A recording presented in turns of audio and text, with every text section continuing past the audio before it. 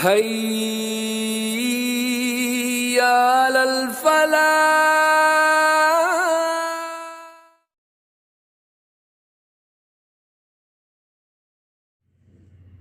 اعوذ باللہ من الشیطان الرجیم. بسم اللہ الرحمن الرحیم. یوم تأتی کل نفس تجادل عن نفسها وتوفى كل نفس ما عملت وهم لا يظلمون. وضرب الله مثلا قرية كانت آمنة مطمئنة يأتيها رزقها رغدا من كل مكان فكفرت بأنعم الله فأذاق الله لباس الجوع والخوف بما كانوا يصنعون. وَلَقَدْ جَاءَهُمْ رَسُولٌ مِّنْهُمْ فَكَذَّبُوهُ فَأَخَذَهُمُ الْعَذَابُ وَهُمْ ظَالِمُونَ. صدق اللہ العظیم. معزز ناظرین و ناظرات، درس قرآن کی سیریز کے حوالے سے آج جس رکوع پر ہم گفتگو کریں گے وہ سورۃ النحل کا رکوع نمبر 15 ہے. ان آیات پر گفتگو کرنے سے پہلے ہم پچھلی چند آیات کی طرف رخ کریں گے، جہاں سے ہم ان آیات کا ایک ربط جوڑیں گے، ایک تسلسل جوڑیں گے، تاکہ چیزیں ہمارے سامنے کنیکٹڈ وے میں واضح ہو جائیں. پچھلا جو رکوع ہے یا پچھلی جو آیات ہیں اس میں اللہ تبارک و تعالیٰ نے انسانوں کے حوالے سے اپنی چند اہم سنتوں اور طریقہ کار کو بتایا ہے. اور ہم جب آیت نمبر 105 اور 106 کی طرف جاتے ہیں وہاں پر ہمارے سامنے یہ بات آتی ہے کہ اللہ تبارک و تعالیٰ نے یہاں پر کفر کا ذکر کیا ہے، کفار کا ذکر کیا ہے کہ وہ لوگ جنہوں نے اپنے ایمان کے بعد کفر کیا، اللہ تبارک و تعالیٰ کی طرف سے ان کو عذاب عظیم میں گرفتار کیا جائے گا. اور اس کی ایک دلیل یہ دی جا رہی ہے کہ یہ وہ لوگ ہیں جنہوں نے آخرت کی زندگی کے مقابلے میں دنیاوی زندگی کو ترجیح دی ہے، اس کو پریورٹی دی ہے. اس کے بعد آیت نمبر 110، یہ بھی اسی ربط سے جڑی ہوئی ایک آیت ہے، اسی سلسلہ کلام سے جڑی ہوئی ایک آیت ہے، جس میں یہ بات بتائی گئی ہے کہ وہ لوگ جو راہ حق پر چلتے ہیں یا وہ لوگ جو اپنا سب کچھ اللہ تبارک و تعالیٰ کی رضا کو حاصل کرنے کے لیے ترک کرتے ہیں، انہیں مختلف طریقوں سے آزمایا جاتا ہے، انہیں پریشان کیا جاتا ہے، لیکن اس پریشانی کے عالم میں، اس آزمائش کے دور میں وہ لوگ کامیاب اور کامران ہوتے ہیں جن کے اندر دو صفات پائی جاتی ہیں. ایک تو یہ کہ وہ راہ حق پر ڈٹے ہوئے رہتے ہیں، اور دوسری صفت یہ بتائی گئی ہے کہ وہ صرف ذاتی طور پر اس پر نہیں ڈٹے رہتے ہیں بلکہ سماج کے اندر بھی، اپنی سوسائٹی کے اندر بھی وہ ان معروف باتوں کو، ایمان کی باتوں کو پھیلانے کی کوشش کرتے ہیں. یہاں یہ باتیں پچھلے آیات میں یا پچھلے سلسلے کلام میں بتائی گئی ہیں. آج کی آیات بھی اسی سلسلے سے جڑی ہوئی ہیں. اللہ تبارک و تعالیٰ کا ارشاد ہے، یوم تأتی کل نفس تجادل عن نفسها وتوفى كل نفس ما عملت وهم لا يظلمون. ان باتوں کے بعد جہاں پہ کفر کی باتیں کی گئی، کفار کے حوالے سے کچھ باتیں کی گئی، اور پھر ان لوگوں کی گفتگو کا ذکر کیا، گفتگو میں ان لوگوں کا ذکر کیا گیا جنہوں نے اللہ تبارک و تعالیٰ کے راستے پر چلنے کے لیے مختلف آزمائشوں کو برداشت کیا، وہ ڈٹے رہے، ثابت قدم رہے، اور مسلسل اللہ تبارک و تعالیٰ کے اس دین کو پھیلانے میں تک کوشش کرتے رہے. اس کے بعد اللہ تبارک و تعالیٰ ذکر کرتے ہیں یوم تأتی کل نفس. دو طریقے کے سماج کے دو کریکٹرز کا ذکر کیا گیا. ان دونوں کریکٹرز کے ذکر کرنے کے بعد اللہ تبارک و تعالیٰ فرماتے ہیں یوم، یہ ایک ایسا دن ہوگا، یعنی اس دنیاوی زندگی کے بعد ایک ایسا دن آئے گا تأتی کل نفس، جہاں ہر شخص آئے گا، ہر نفس آئے گا تجادل عن نفسها، جو اپنے آپ کا دفاع کر رہا ہوگا. یعنی یہ کہا جا رہا ہے کہ اس دنیا کے اختتام کے بعد، اس دنیاوی زندگی کے بعد ایک عدالت لگے گی، ایک کورٹ قائم ہوگی، اور یہ عدالت خداوندی ہوگی، یہ کوئی دنیاوی عدالت نہیں ہوگی. اور یہاں پر بتایا جا رہا ہے کہ جس طریقے سے ہم دنیاوی عدالتوں میں کوئی مقدمہ لے کر جاتے ہیں تو وہاں پر ہم ایک شخص کو اپنا وکیل متعین کرتے ہیں، اس کو اپوائنٹ کرتے ہیں جو ہمارا مقدمہ لڑتا ہے. لیکن وہ عدالت ایک ایسی عدالت ہوگی جہاں پر کسی وکیل کو اپوائنٹ کرنے کی کوئی اجازت نہیں ہوگی. ایک ایسا کورٹ ہوگا، ایک ایسی عدالت ہوگی جہاں پر ہر انسان کو اپنا مقدمہ، اپنا کیس خود لڑنا ہوگا. چونکہ ہم دیکھتے ہیں مقدمے میں سب سے بڑی جو چیز ہوتی ہے کامیابی کے لیے یا اپنے کیس کو جیتنے کے لیے، سب سے بڑی چیز یہ ہوتی ہے کہ جس وکیل کے دلائل جتنے مضبوط ہوتے ہیں وہ کامیاب ہو جاتا ہے، وہ کیس کو جیت جاتا ہے. لیکن اللہ تبارک و تعالیٰ کی عدالت میں انسان کا نفس وہ خود وکیل ہوگا، کلائنٹ اس کا خود، وہ اپنی ذات اس کی کلائنٹ ہوگی. اور پھر جو وہاں پر دلائل نہیں دیے جا سکتے، بلکہ وہاں پر دلائل کے طور پر، گواہی کے طور پر انسان کے اعمال کو پیش کیا جائے گا، جو ایک پریکٹیکل گواہی ہوگی، جو ایک پریکٹیکل دلیل ہوگی. جس انسان کے دلائل کے طور پر جس انسان کے اعمال جس قدر محفوظ اور جس قدر وہ متقیانہ ہوں گے، صالح اعمال ہوں گے، اتنا ہی ایک انسان کو اللہ تبارک و تعالیٰ کی اس عدالت میں سرخ رو ہونے کے چانسز زیادہ ہیں. تو یہ بات بتائی گئی کہ ہر نفس اپنے آپ کا دفاع کر رہا ہوگا، یعنی خود انسان اپنا مقدمہ لڑ رہا ہوگا، خود انسان اپنا دفاع کر رہا ہوگا. اور پھر یہ بات بتائی جا رہی ہے وَتُوَفَّى كُلُّ نَفْسٍ مَا عَمِلَتْ وَهُمْ لَا يُظْلَمُونَ، اور انسان کے جو اعمال ہوں گے ان اعمال کی بدولت اس کو پورا بدلہ دیا جائے گا. تو دو چیزیں ہمارے سامنے واضح ہو جاتی ہیں کہ اگر انسان کے اعمال اچھے ہوں گے تو اچھے اعمال کا نتیجہ اچھا ہوگا، اور اگر انسان کے اعمال کبھی ہوں گے، برے اعمال ہوں گے، تو اس کا انجام بھی اسی طریقے سے ہوگا. اور انجام کے سلسلے میں اللہ تبارک و تعالیٰ اپنی سنت اور اپنا فیصلہ اور اپنا طریقہ یہ بتا رہے ہیں وَهُمْ لَا يُظْلَمُونَ، کہ انسانوں پر، یعنی جن لوگوں کا مقدمہ پیش کیا جائے گا، جن لوگوں کو اللہ کے دربار میں، اللہ کی عدالت میں حاضری ہوگی،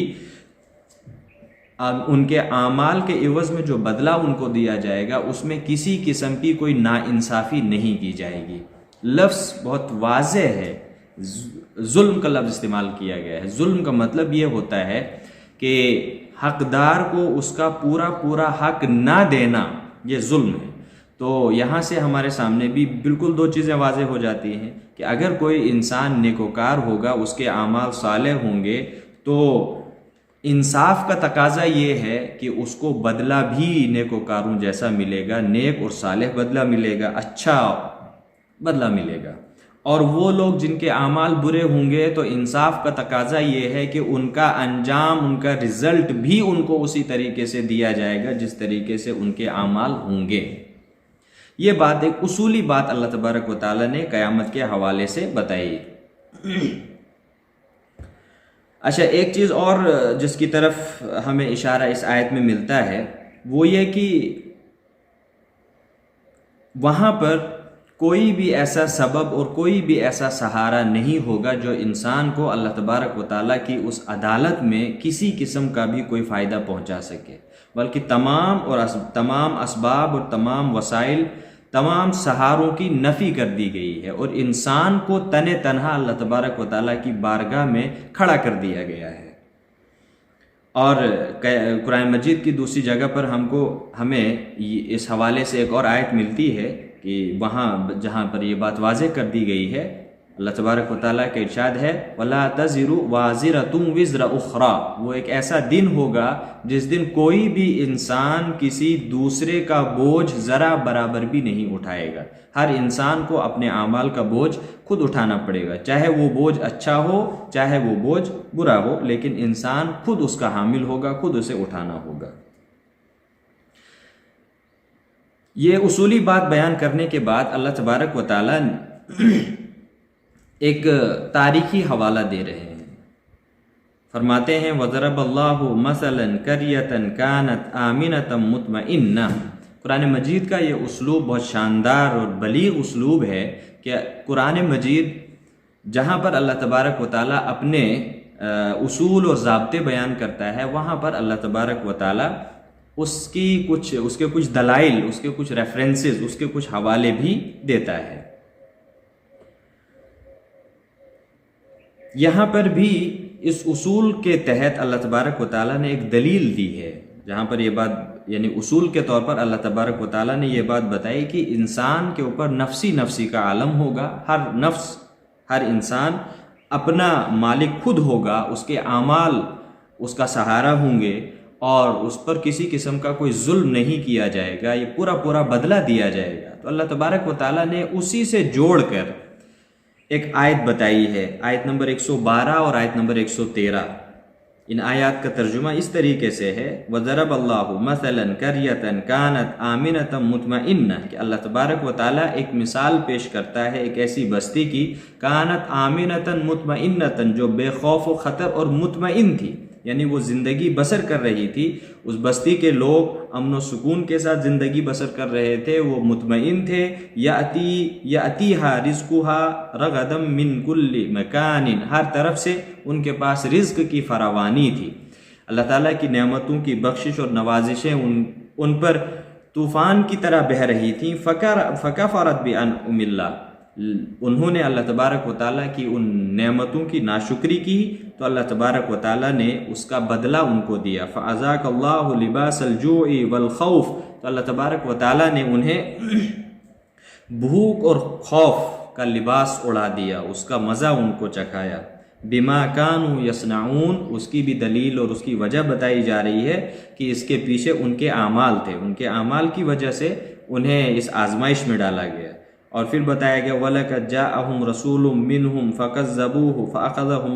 فَأَخَذَهُمُ الْعَذَابُ وَهُمْ ظَالِمُونَ،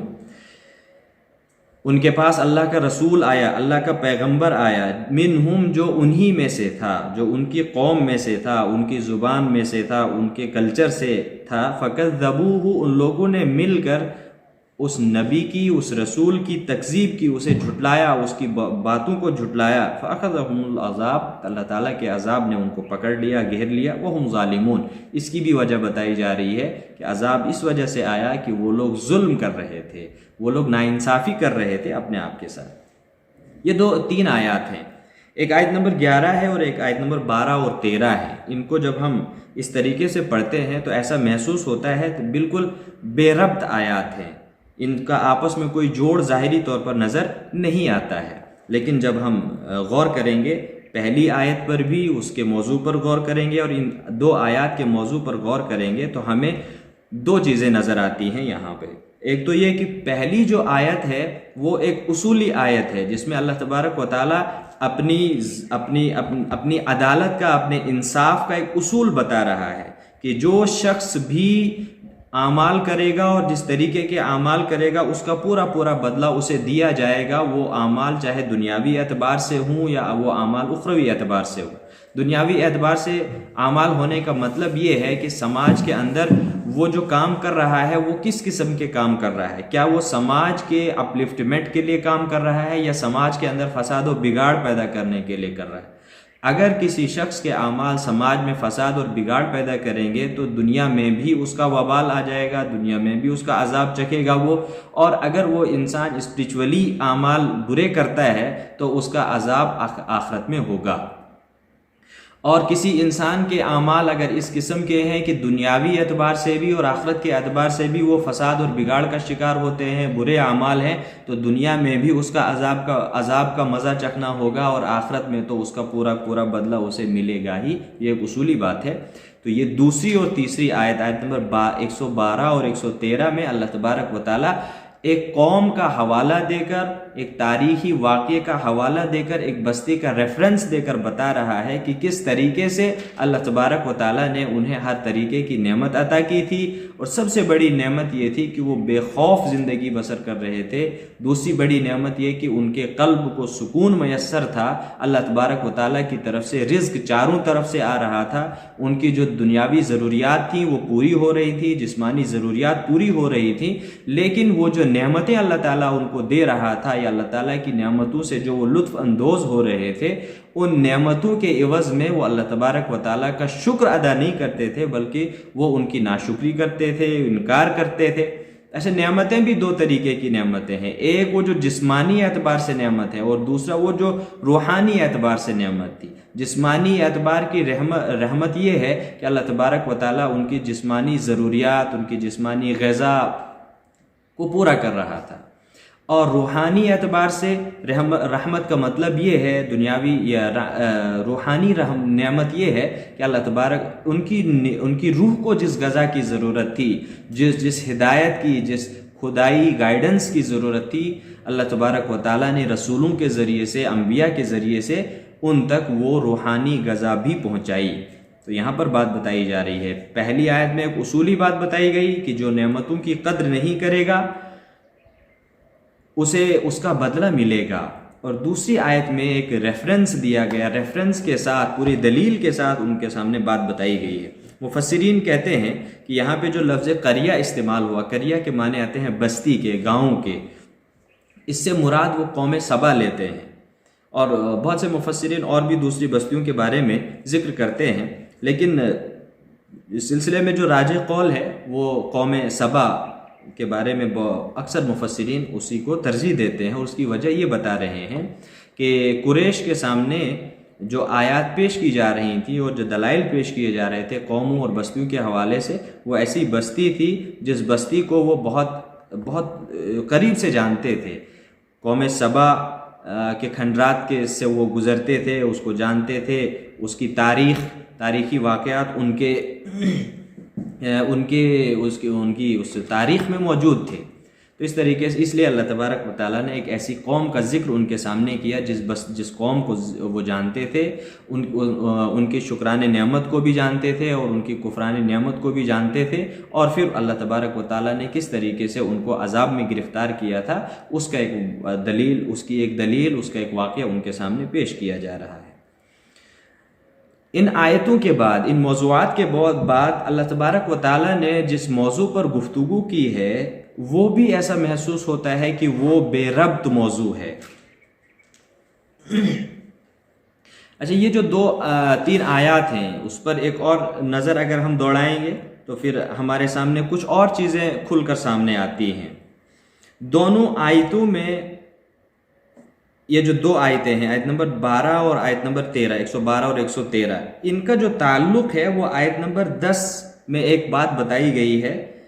ثم ان ربک للذین ہاجروا من بعد ما فتنوا،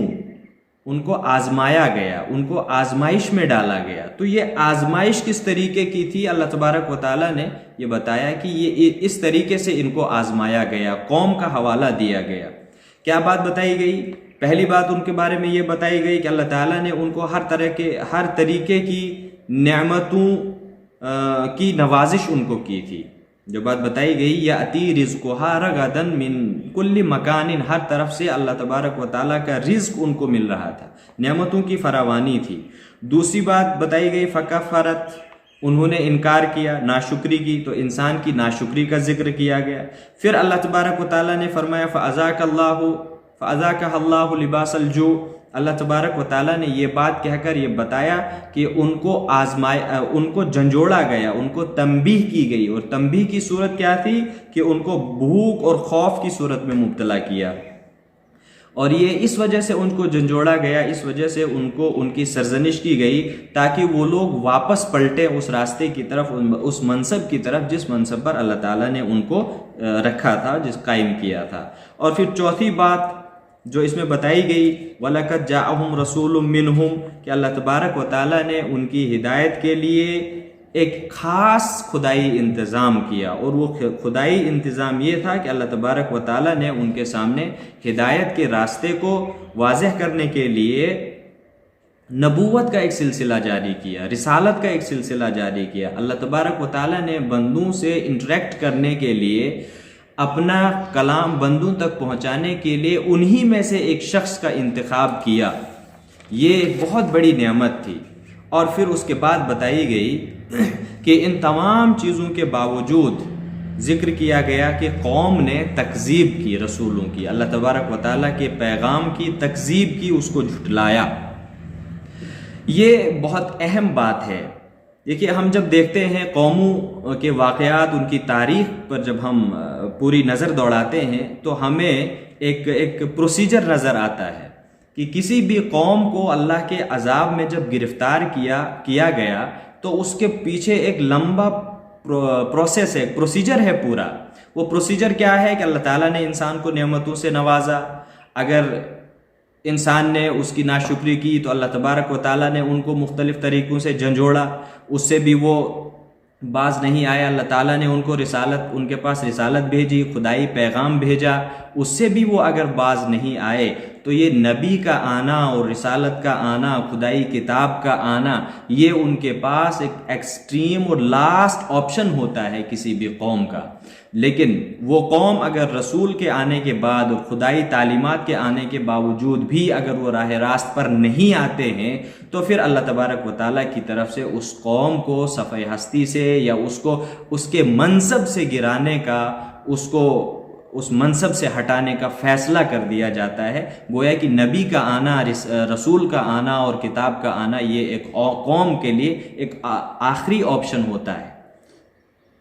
یہ ہمیں اس آیت سے سمجھ میں آتا ہے۔ تو عذاب انسانی ہٹ درمی کی انتہا کا نتیجہ ہوتا ہے، یعنی جب انسان اپنی ہٹ درمی کی انتہا کو پہنچے گا، ایکسٹریم لیول پر پہنچے گا، تو پھر اللہ تبارک و تعالیٰ کی طرف سے اس قوم کو عذاب میں گرفتار کیا جاتا ہے۔ اور عذاب میں گرفتار کرنے سے پہلے بندوں کو راہ راست پر لانے کے لیے اللہ تعالیٰ ان کے لیے مختلف طریقوں سے مہلتیں ان کو دیتا ہے، ان کے لیے اسباب مہیا کرتا ہے۔ لیکن اگر وہ انسان پھر بھی راہ راست پر نہیں آتا ہے تو اللہ تبارک و تعالیٰ کی طرف سے اس آیت کے اندر جو بات بتائی گئی ہے وہ یہ ہے جو آخر پہ بتائی گئی، فَأَخَذَهُمُ اللَّهُ الْعَذَابِ، اللہ تعالیٰ نے عذاب نے ان کو پکڑ لیا، ان کو گرفتار کیا، اور اللہ تعالیٰ کی طرف سے ایک اوپن اناؤنسمنٹ ہو گئی ہے، وہ یہ ہے وَهُمْ ظَالِمُونَ، کہ عذاب میں جو وہ گرفتار ہو گئے ہیں، عذاب میں گرفتاری کی وجہ اللہ تبارک و تعالیٰ نہیں ہے بلکہ ان کے اپنے اعمال ہیں۔ وَهُمْ ظَالِمُونَ یہ کھلا اعلان ہے، اوپن اناؤنسمنٹ ہے کہ تم جو گرفتار ہوئے اللہ تعالیٰ کے اس عذاب میں، یہ صرف اس وجہ سے ہوئے کہ اللہ تعالیٰ نے جو منصب تمہیں دیا تھا، تم نے اس منصب کے ساتھ ناانصافی کی، اس منصب کی تم نے قدر نہیں کی، اس کی ناشکری کی، اب تمہارا مقدر یہی ہے۔ اس کی دنیاوی اعتبار سے بھی ہم مختلف مثالوں سے اس کو سمجھ سکتے ہیں۔ اچھا، اس کے بعد ایک دوسرا موضوع چھیڑ دیا گیا، اس موضوع کا بھی اس پچھلے موضوع کے ساتھ بہت گہرا رشتہ ہے۔ اللہ تبارک و تعالیٰ فرماتے ہیں فَكُلُوا مِمَّا رَزَقَكُمُ اللَّهُ حَلَالًا طَيِّبًا،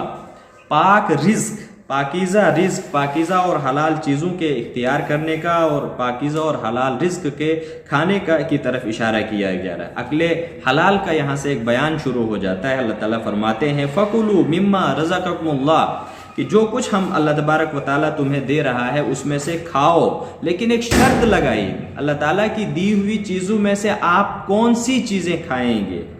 وہ ہیں حلالاً طیبہ۔ پہلی چیز اس کی شرط یہ ہے کہ وہ حلال ہونی چاہیے۔ جس طریقے سے دنیا میں مختلف چیزیں ہیں، انسان کے لیے ان کو حلال بھی کیا گیا ہے، بہت ساری چیزیں ہیں ان کو انسان کے لیے حرام بھی قرار دیا ہے۔ اعوذ باللہ من الشیطان الرجیم، بسم اللہ الرحمن الرحیم۔ فَكُلُوا مِمَّا رَزَقَكُمُ اللَّهُ حَلَالًا طَيِّبًا وَاشْكُرُوا نِعْمَتَ اللَّهِ